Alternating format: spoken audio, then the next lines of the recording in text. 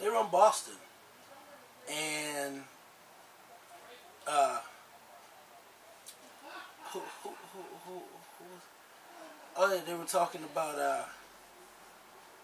what was it, Kanan and Seth Rollins, and Seth Rollins was dogging Tom Brady, and the Patriots pretty bad.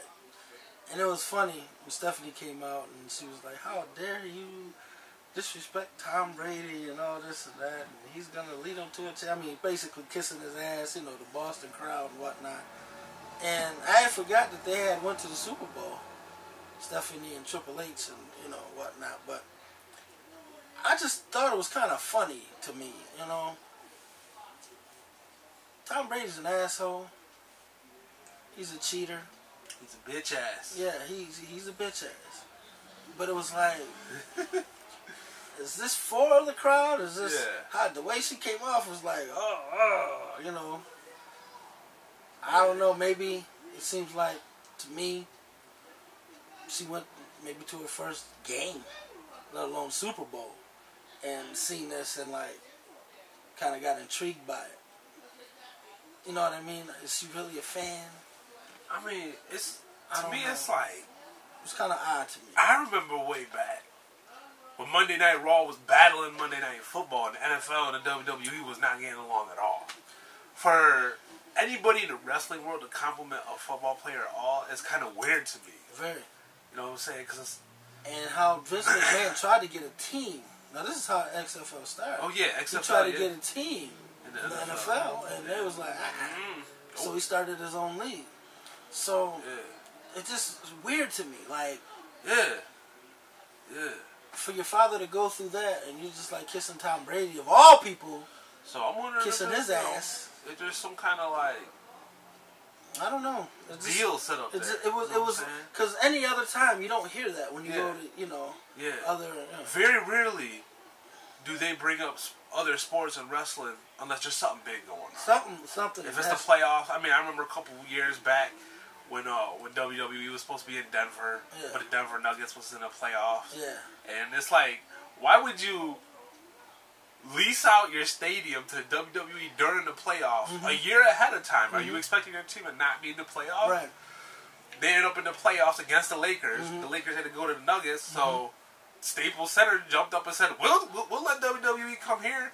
And the WWE went out there and they just trash talked the Denver Nuggets all fucking day long. Loved it. Man, there's people that were not wrestling fans that tuned in to see what they were going to say about the Denver Nuggets.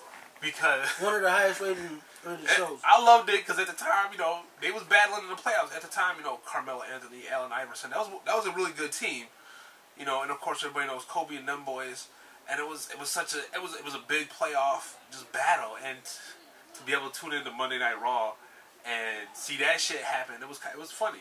And I'm like, it was deserved. Oftentimes you don't see that unless there's something big going on. During the Super Bowl or the week of the Super Bowl, they might say something about the teams, But very rarely do you see something where, because they could do that every week. Every week Monday Night Raw is in a town where there's going to be an NFL team nearby. Even if they're not in that town, there's going to be an NFL team nearby.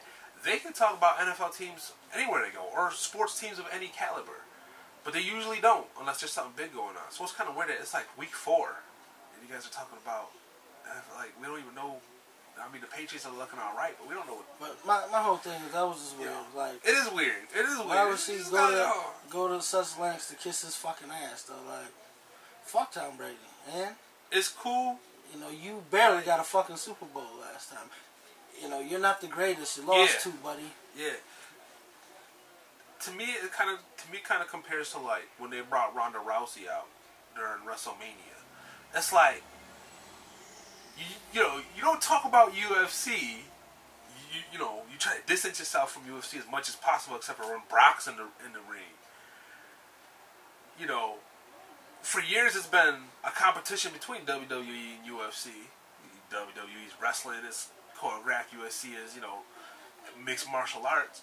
So it was like, some people had that odd feeling of like, why, she ain't gonna have a match, is she? But at the same time, it was cool. And that's the same thing with this. Like, yeah, it's cool that they're talking about Tom Brady, but at the same time, you get that pit in your stomach like, why? Right. he ain't about to come out here. Right. You know. But I mean, and now you know the whole Ronda Rousey shit. It's like it ain't like it used to be when you had Shamrock, you had Steve Blackman, you had Dan Severn. You know. Yeah, they was taking MMA Tank Abbott. You know. And these guys, you know, Ken Shamrock turned out to be a decent wrestler too, and Steve Blackman, he was good. You know what I mean? But now it's show. It's like, okay, you have a UFC person. You know what I'm saying? It's not like she's gonna get in there and you know, be there every week or whatever, win titles and shit like that. I don't know. It's a new day. No pun intended. No.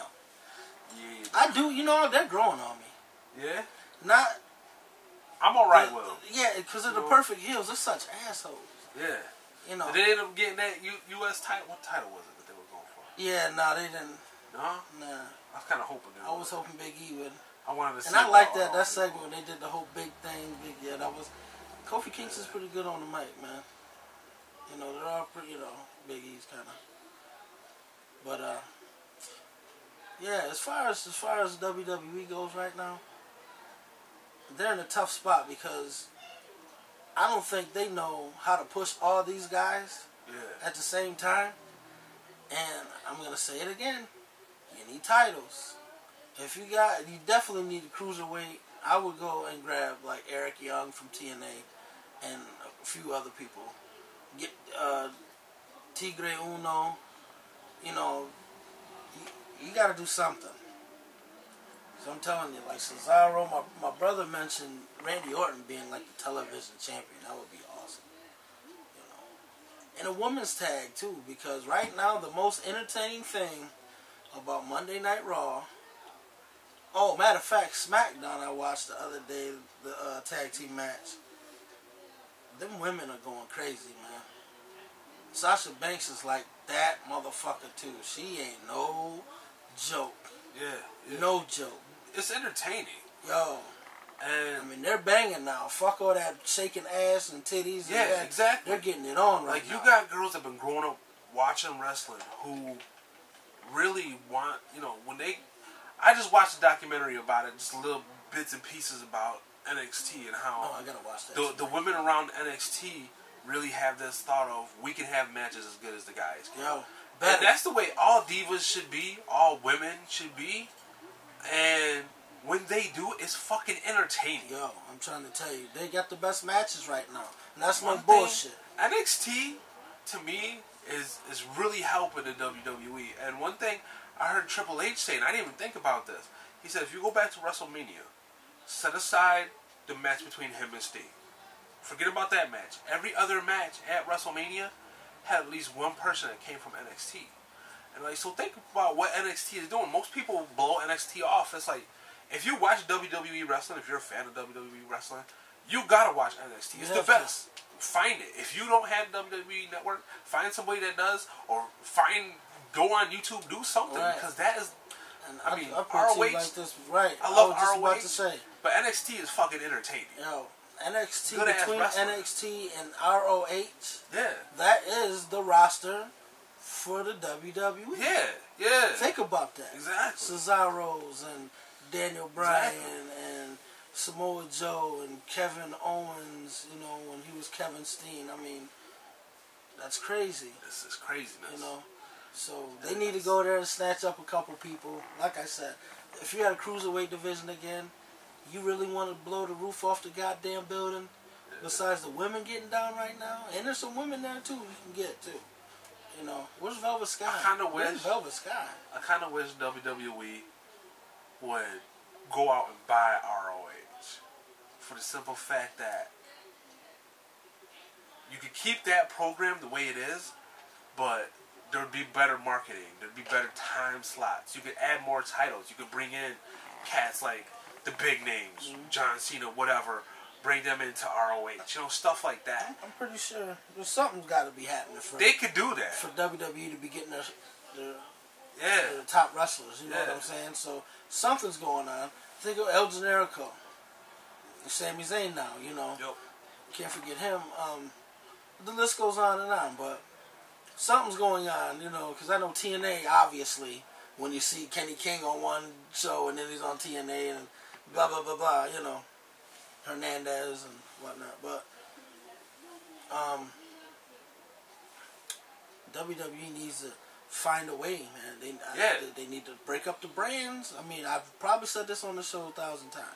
I'll say it 1,000 more until you do something. You know, so break it up, get everybody there, shine. More belts, and it'll be more. It needs to be the way it used to be. Right. Bring back the general managers. And those tours, would be crazy.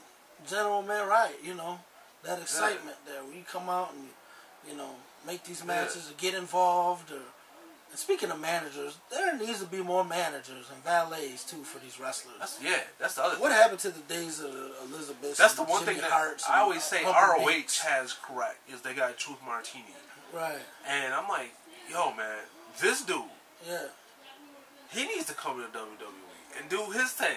You know what I'm saying? Bring in the managers. Do something. Yo.